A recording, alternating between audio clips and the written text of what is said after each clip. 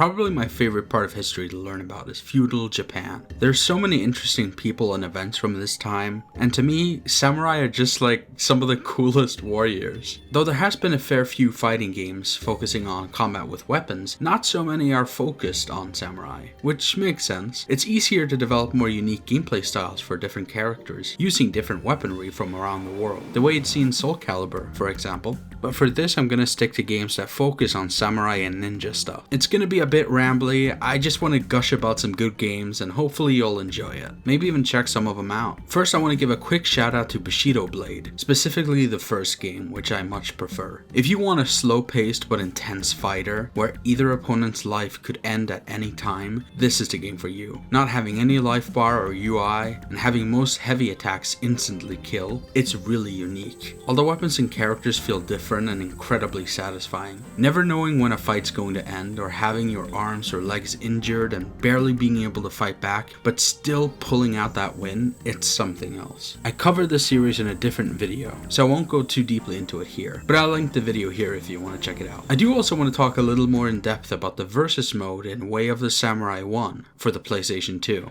While I covered the games in the series before, I only mentioned the versus mode briefly, but I've now taken some more time to play it and it's a great time. While the main game is a single player story based game where each choice really matters and it's very replayable, the versus mode is a great way of just having fun with the combat in the game. You unlock more characters and stages as you keep playing the story. It's fast paced and some characters have wild moves. There's a lot of stages to play, including some wacky locations. The combat in this game just felt so good, and having most of the characters in the game at your disposal, including your own created character with their weapon and different stances and all, it's great. There's a lot of things to keep in mind in this game. Your sword has a certain amount of durability. If you let it get too low, then you'll break the sword. You can parry and push other players to get an opening. You can also get knocked onto the ground. If you don't watch your footing, you can trip over stuff. When you fall over, you can kick at your opponents, which looks really funny, or you can roll out of the way. There's a lot of fun and flashy moves to try out. I always love when a game has a versus mode as an optional thing, just like the first 2003 Ninja Turtles game. It's a great bonus to have for a game that's already very combat focused. Samurai Shodown is a series by SNK released in arcades in 1993, and it spawned a fairly successful and long-running franchise, with a heavy focus on footsies and neutral gameplay, where it's not so much about the wacky combos you can do, but more so the importance of each slash you manage to deliver. It doesn't take a lot to knock down your opponent, and they get flashy with it too,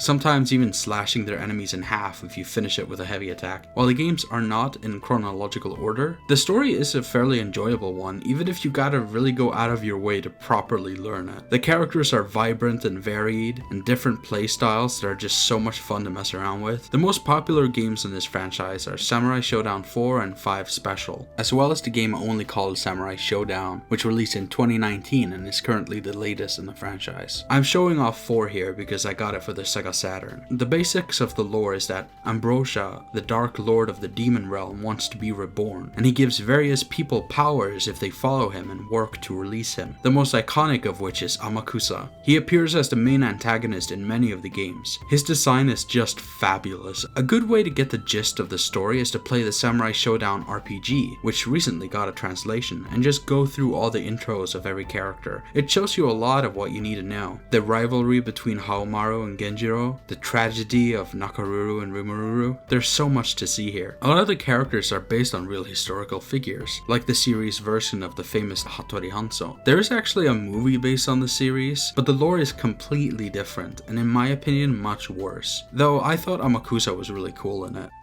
貴様にもすぐ暗黒の力の素晴らしさがわかる。我を切るというのか。面白い。